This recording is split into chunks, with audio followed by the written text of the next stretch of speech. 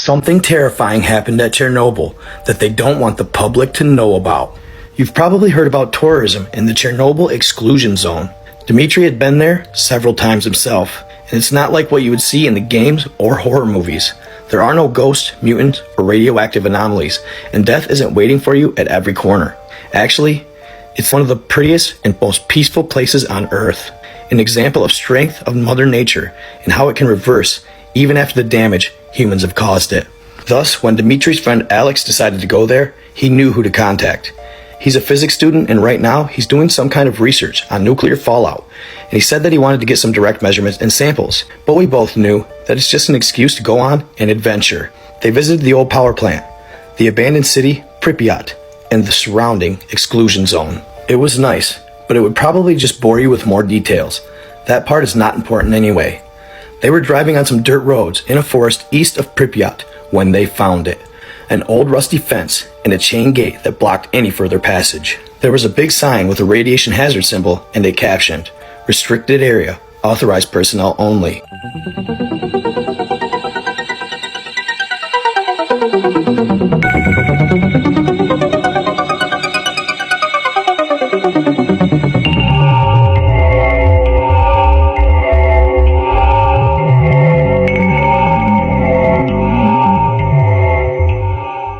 There was a pair of massive metal blast doors in the shape of a V, lying in an artificial-looking hill not far behind the fence, with a large white O13 painted on it, and "No entry" sprayed on the top. "What do you think it is?" Alex asked.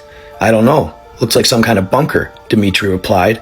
"And it looks like it has been closed for some time," Dmitry added after a closer look at the doors. Both halves were welded shut in the center. Alex took his samples and readings, but we were too puzzled to leave just yet. "Do you think we can get in?" Dmitry asked. "Well, not this way for sure. Even if it wasn't welded shut, I'm sure we have no way of unlocking it," Alex replied while examining the massive doors. "It looks like an underground bunker. They must have had a way to get air inside, and I don't think this is it. There has to be another way to get in," Dmitry said. They circled the main entrance to find another means of entry. The day was already coming to an end, and it was slowly getting darker. As they were searching, a thought crossed Dmitry's mind. Why would they weld the doors? What's so important inside that they went this far to keep people away? "Look, there's something there." Alex pulled Dmitry away from his thoughts. It was a concrete block a couple of meters large with what looked like vents on the sides. As Dmitry looked into the vents, he noticed that they were also sealed with heavy-looking steel hatches and no clear way to open them. However, there was also a smaller door labeled Servi Tunnel with a large wheel on the outside. "Should I open it?" Dmitry asked. "Yeah, I really wonder what this is. Anyway, we don't have to go in. At least we'll see if the door still works." At first, the wheel wouldn't turn because of all the rust and dirt, but eventually, it started to budge and slowly unlocked. Dmitry pulled it slowly and it started opening. It was very heavy and took a lot of force. Behind the door, there was a small platform and a tight vertical tunnel with a ladder. What caught his attention was that there was an identical-looking mechanism on the inside, locking mechanism, and it meant that they could lock the door from both sides. But why? We were lucky, because if they had locked it from the inside too, there would be no way to get in. Dmitry stepped inside and shined his phone light down the shaft. It wasn't strong enough to hit the bottom. The air was damp and old, and there was something that he couldn't identify, a faint chemical-like smell. There was no radiation or any signs of other hazards. "You've got to be kidding me. This is so cool. We have to come back here later and check it out," Alex said. I couldn't agree more. It was almost dark now, so they resealed the door and called it a day. But they promised themselves to return. Dmitry immediately tried to do some research when he got home, unfortunately with no success. He even tried to call Pavel, a friend of his who knew the area better than him. Actually, it was he who brought Dmitry there for the first time. He couldn't help him either, but promised to ask around. I told him about our plan and asked if he wouldn't go with us, but unfortunately, he was out of the country for a while. A week later, they packed their gear and headed out. They brought some heavy rope, flashlights, glow sticks, gauger counters, waterproof protective gloves, and an oxygen meter and a small emergency scuba tank just in case. And yeah, they're not stupid, so they told their relatives and friends about their trip and when they were expecting to return. They closed the door behind them and they descended down the access shaft. They couldn't know what's down there, and they didn't want to cause a radiation leak or something like that. They eventually dropped down into a concrete tunnel, which enclosed the air vents and some smaller pipes. There was obviously no power, and thus no lights. Good thing they brought their own. They followed the tunnel and reached another door, but this time it was a regular one, not the heavy bunker type. They went through and entered a room with 4 large air pumps and some electrical equipment and controls. The ventilation shaft splits here into 2 larger ones that ran straight into the ground and 2 smaller ones that went straight across the room where there was another set of doors. Behind the doors, there was a large hall with numerous boxes, crates, and other cargo just laying around. Behind the checkpoint, they found the main door that they had seen from the outside. Just next to it, there was some heavy lifting equipment. They returned through the checkpoint and took a look at a set of elevator doors. Something terrifying happened at Chernobyl that they don't want the public to know about. Out of the facility floor by floor. We were on floor 0, the main entry hall. There were another 4 floors below us. Floor 1, offices, security and recreation. Floor 2, secure laboratories. Floor 3, accelerator, clean room, decontamination. Floor 4, experiment site. The map was titled Object 13. It wasn't a military bunker. This was a research site. We took a set of stairs since the elevators were of no use without power. An unsettling thought brushed my mind as we were descending. They probably were moving some supplies and then left them there and took the equipment to the main door. Were they trying to get out? Dmitri stepped on another step, but something rolled away under his foot. He lost his balance and fell on his back. His pack luckily absorbed the impact. He looked under his feet to see what caused his fall. Empty bullet casings. This wasn't the sole reason he felt odd about this. As soon as he got to level 1, he noticed every single door was open. Every single one. There was a canteen and a kitchen right at the beginning of a very long, rectangular corridor. Various offices surrounded the corridor. There was the regular stuff, paperwork, old computers, personal belongings, all right there where they left it. Did they leave in a hurry? "Dmitri!" Alex called from the other side of the canteen opposite of the corridor. "What?" was all I could say when I followed him to the canteen. There was food still neatly served on the tables, but it wasn't spoiled. It wasn't fresh either. "But how is this possible?" Dmitri asked. "I don't know. Maybe it was irradiated or something, but it's not anymore. I checked that. I really don't know, man," he answered, as puzzled as they both were. Oh, why didn't we just turn back and leave? Now that I'm writing this, there were so many red flags already. Something really wrong happened down there. But I guess we were too excited and curious. But it was at this point that Dimitri's excitement started to fade and be replaced with an eerie feeling. Nevertheless, they continued and descended down to level 2. The stairwell ended there, and to go deeper, they would have to cross the entire floor to reach another one at the opposite end. There was a security checkpoint and a large blast door that they had to pass to reach the labs. Again, every door was wide open. However, the things that people left there weren't neatly placed where they should have been. It was a mess everywhere. There were all kinds of rooms with all kinds of equipment that we didn't understand. Occasionally, there were more empty bullet casings on the ground.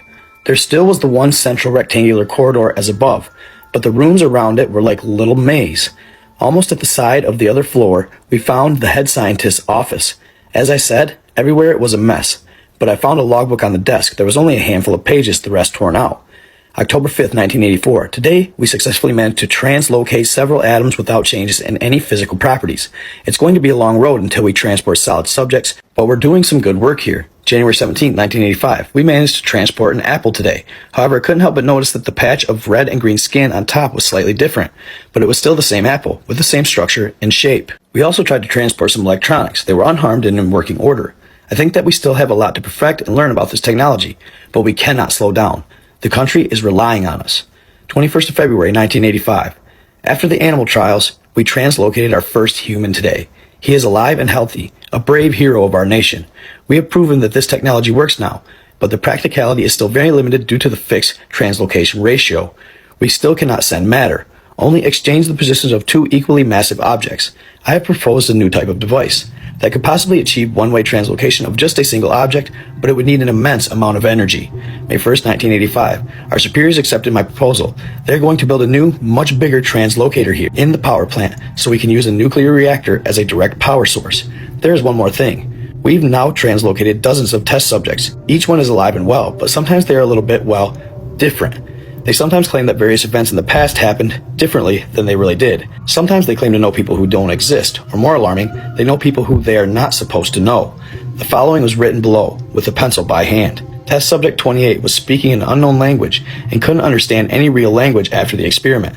There was a lot of missing pages after this. 25th of April, 1986. We are going to try to change our approach. It's been more than a year and we're still unsuccessful in eliminating the translocation symmetry anomaly. We still even don't know what is causing it, but we are not going to make any progress this way. Today, we are going to try to access the conduit reality instead. Even though Unit 2, the one we built in the power plant, is still new, we are going to use it for this experiment. Who knows what wonders are waiting for us on the other side. There was one last page in the logbook. On it, it was just a single phrase, written again and again. We let them in. Alex, I think we should go, Dimitri said. Man, come take a look at this, he answered. Dimitri stepped out of the lab and back into the hallway. There were clothes all over the corridor. Well, what was left of them, they were torn to shreds. No bodies, no blood. Just strips of cloth and an occasional shoe or a watch. I looked up and stared down the dark corridor in front of us. Just stood there for a while. It was, I don't know, as if something torn all these people to shreds and then cleaned it up. Except the clothes and other non-organic material. A wave of pure instinctive dread washed over me. I couldn't move. I didn't even breathe. Let's just get out of here, Alex said. We turned around and walked away, slowly at first, but quickened our pace. Our footsteps echoed across the underground structure. We just want to be out of here, man. I just want to be out of here, man. We shouldn't have done this, Alex said. I didn't tell him about the logbook, but my thoughts were cut short after a sudden realization. His voice didn't echo. It was just our footsteps. I think he realized it too, because we both stopped and listened. Nothing, just silence. I stepped forward. Clack. I took another step. Click. There was this door just in front of us, and I forced myself to try something. I closed it behind us as we passed it and placed a glass beaker that I found on the ground on top. I took a step forward. Silence. Maybe it was just an echo after all, I thought. We walked away carefully at first, but then we once again quickened our pace. We turned around a corner, and then it happened. Crash! The glass shattered. Someone or something is following us. It obviously just opened the door. We dropped all our gear except our lights and ran as fast as we could. I didn't even know I could run this fast. I always tried to be a tough guy, but I was never so scared in my life. Our footsteps didn't echo anymore, or better said, they weren't in sync with ours anymore. Something was running after us. Each second it was getting closer and closer. As soon as we reached the security checkpoint, we started closing the door. The rusty joint of the door squealed in protest, but we pulled it with all our strength. We almost had it closed when we heard a loud, guttural, and unnatural growl. The door slammed shut, and I threw the wheel into the locked position. My heart was pounding so hard that it was all I heard for a while. No, wait, it wasn't my heart. It was that thing, pounding on the locked blast door. We were running again. We reached the stairwell and ran up, taking 2 to 3 steps at once. We finally reached the air pump room. The ascent really exhausted us, and even though I was scared shitless, I felt like I would pass out if I took another step forward. Besides, we locked it down there. But we forgot the vents. Alex and I looked at each other, our eyes met, and then the vent burst open and he was gone. I only heard him scream as he was dragged back down the corridor. Dimitri felt terrible for doing this, but he just ran. He climbed the service shaft and locked the service door shut. He was finally out of this hell. As soon as he had phone service again, his phone started beeping with loads and loads of missed call and messages from Pavel. Hey Dimitri, I found this guy. He says he knows what 013 is. Please pick up as soon as you can. He says it's dangerous. And you should stay out of it.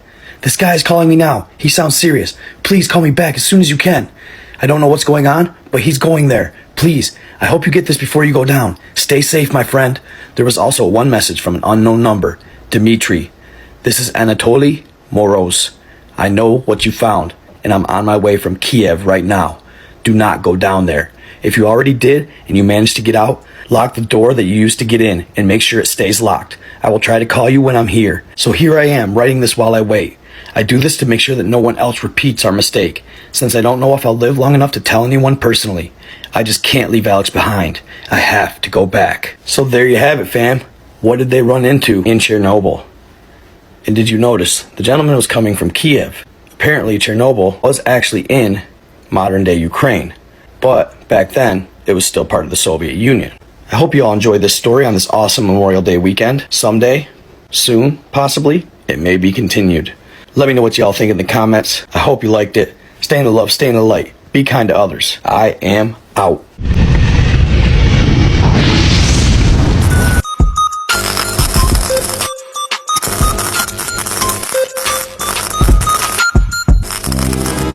This hacker was able to gain access to the deepest, darkest corner of the internet, and what he saw there is the stuff of nightmares. Hacked into the part of the deep web we aren't supposed to see. I'll assume you all know about the deep web.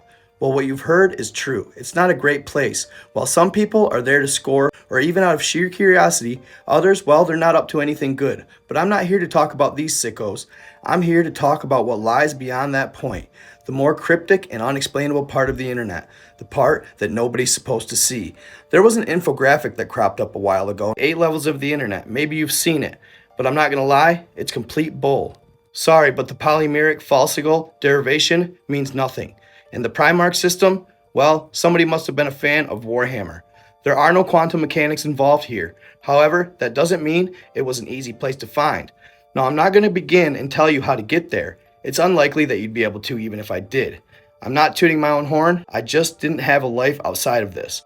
I was warned, of course. Everybody told me I wasn't going to like what I saw. I wouldn't even understand it. Now, I'm passing off that warning to you. Try not to look for this. There's no official name for this place, or at least I haven't seen one.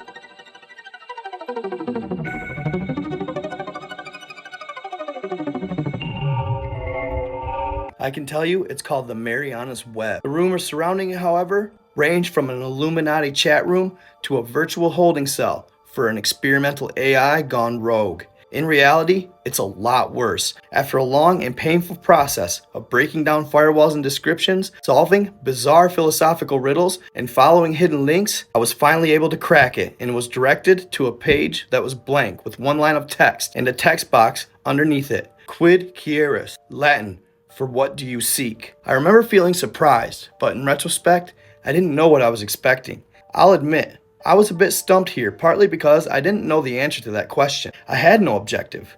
I just wanted to see if I could do it. I tried some generic answers at first. I typed in the truth, enlightenment, matrix stuff. Nothing happened. I tried a bunch of answers, but none of them worked. I was getting frustrated at this point. Maybe this was a gag. Maybe I hadn't figured out anything. If only I tried something off the wall. Not sure why this came to me, or why I thought it might work. I typed in, what also seeks me. Now that I begin to think about it, this thing might have been AI. To my surprise, the page went blank, like fully blank. And I waited. After about 5 minutes, I was directed to what looked like a forum. No, not even that. It was more basic. Just a list of links over a brownish yellow background. The links themselves were indecipherable. Just seemingly random sequences of characters, symbols, and letters, a lot of them I'd never seen before. It almost looked like an alien language. Just code I didn't understand at this point. Expectations were off the wall. Each link was a shot in the dark. I clicked the first one. It loaded up a live feed of what seemed to be the Paris catacombs. It was a shaky video in a dark setting, but I could make out men in tactical gear. They were in a house, opening doors, sweeping each room. Eventually, they kicked one down, revealing a tall humanoid creature with scaly skin. It was gnawing on what looked like an animal leg. They tried shooting at it, and it would escape out the window. The video stopped. Well, I was floored. What the hell was that? It looked too real to be unreleased film footage. I was officially intrigued. Maybe this was worth the months of headaches and bloodshot eyes. I couldn't stop now. I started working down the list of links with each click. Everything got more and more bizarre, more disturbing. I stumbled upon a document called the Paragon Project, detailing trials of human experimentation that would lead to superhuman levels of strength and durability. It was an apparent success. It looked official too. There were essays on space-time anomalies, glitches in reality, and apparent pictures of alternate dimensions. There were detailed explanations regarding Area 51 and the Bermuda Triangle, even assassinations, disappearances, and the true nature of the Holy Grail. One of the more upsetting ones was a document referring to a world-ending bomb, a nuke, 720,000 times stronger than the one dropped on Hiroshima. I don't know why we would want that or even need that. I found a contingency plan for different kinds of apocalypses. Nuclear winter, biological weapons, and viral outbreaks. Some more peculiar ones were the ones that referred to the Marianas Trench abnormality, the bluntly labeled strange man on the 15th floor. One simply referred to the blackout, recovered logs, skinwalkers, hunting expeditions, 911 calls from residents of a town in Texas that went missing in 1977. And even the journals of the people involved in the Dyatlov Pass incident. They didn't go insane because of the snow. I spent hours on there, looking through pages and pages of things I felt like I wasn't supposed to see. I came across the trailer for a silent film made back in 1910 that made people claw their after watching. It almost derailed the whole industry. There was a live stream of a hooded man sitting in front of a camera. He was crouched down. Eventually, he lifted his head. Even though he had no mouth, a deep, guttural hello came through my speakers. Somehow I knew it came from him. I didn't stick around for that. There was a series of step-by-step guides that involved things like creating Frankenstein-like creatures, performing religious incantations in the middle of the Siberian forest, and going to the coordinates that has captive fallen angels. It was unclear what any of these were supposed to achieve. There were also 20-second long clips titled The Futility of the Living. I didn't watch it. That's when I realized there was no way even the highest form of organized government had full control of this. One of the scariest things about this whole experience was that I didn't find the end of the list, no matter how far I scrolled down. I think I eventually had a meltdown and passed out because I woke up on my floor in the middle of the night. I looked at my computer screen to see a looped helicopter footage of massive crab-like creature tearing apart a coastal island. I clicked off it and just sat there for the longest time. I couldn't comprehend what I was seeing, and don't think I wanted to know. I'm not sure why I kept going. My brain was screaming for me to take the computer out my lawn and smash it into pieces, but I didn't. I noticed something I hadn't before, a small message at the bottom left-hand corner of the screen. I don't know if it was always there or not. In order to read it, I had to squint. More Latin translated into, "Are you satisfied?" There were two options underneath. It was a yes or a no. Now I knew the answer to this question. No, I wasn't satisfied. I was horrified and scared, scarred for life. I shouldn't have, but I clicked on no. If I'd have just clicked on yes, it would have taken me out of that godforsaken place, back to comfort and sanity. Even right now, I can't tell you why I clicked no, but once I did, the top page seemed to refresh. It was still the same basic setup, except there was only 4 links. This time, there were no recognizable numbers, characters, anything. Hell, I didn't even know what it was. I had never come across it in this world, just a collection of extremely crude symbols that didn't give off any sense of pattern or direction. I clicked on the first link. After about 20 seconds, I slammed my computer shut. I can't describe to you what I saw. All I know is that it wasn't supposed to be seen by anybody in this world. Nobody should ever see something like this. I couldn't begin to grasp the images I was seeing. It wasn't graphic or anything like that. I just couldn't recognize it. I could not make out things moving in a way that I've never seen any creature move on this earth. Colors that I've never seen before. Just thinking about it gives me a splitting headache. This is my best attempt at visualizing it. We have 3 dimensions here on Earth. We can move forwards, backwards, left, right, 72.4 degrees southwest, etc. These things weren't restricted to any of that. I can't explain it any further. All I know is that I didn't want to watch it for one more second. I don't think I would have been able to. I left my room for the first time in a while. I was planning on leaving my house. I needed fresh air to take a walk or something. Hell, I was thinking about running a marathon in the middle of the night just to get my mind off the crap for a few hours. I was putting on my jacket when I heard a knock at the door. I stopped dead in my tracks. I wasn't opening up. About a minute and 5 more knocks before somebody spoke up. "We know what you did, but we're not here to hurt you. We just want to talk." The tone wasn't threatening. Eventually, I obliged. I opened up my door. 2 tall, slim men in suits. They smiled. "Can we come in?" I still don't know how they found me. I thought I for sure was off the grid. We sat down on the couch. I guess I was just waiting for answers at this point. One of them looked at me and said, "Well, did you find what you were looking for?" "I don't know, but I'm not going back," I responded. He smiled again like this is what he wanted to hear. The other one piped up. "Whom do you work for?" His tone was a bit more aggressive. I just shook my head. Look, I didn't know what I was getting into. I wasn't looking for anything. They just stared at me for a while. "I'm not going to tell anybody, trust me," they finally responded.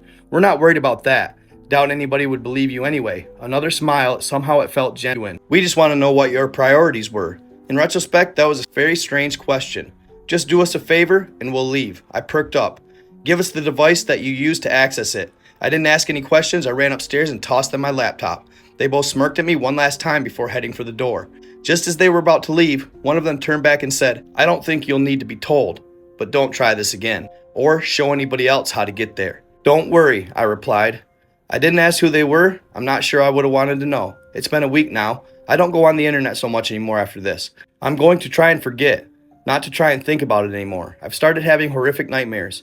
Been seeing a therapist for a while, but don't think it's helping. Anyways, I'm not going to let this consume the rest of my life. The thing is, I'm afraid this might not be possible. There are some things we aren't supposed to know about, probably for our own safety and sanity. Don't try and seek them out. It's better that way. However, it might be too late for me. Well, what do y'all think? Crazy, right? I just thought in lieu of my Mariana's web post that was actually an awesome story to go along with it. Obviously, it is alleged to be a fictional tale, but it's one of those Reddit things, you know what I'm saying? You know the story behind those. Sometimes they say it's real people just telling a true story as a story. Hard to say. Let me know in the comments what you think. Is there really a Mariana's Web? And if so, and also, what would we find there that would blow your mind? Stuff like that giant crab story. What? That is crazy. Then, you know, the guy with no mouth, etc. There was other more graphic stuff that I left out of the tale because of, you know, PG purposes. But nevertheless, crazy, awesome story. And watch out for my live. We're probably going to move it to Saturday night at around 11 p.m.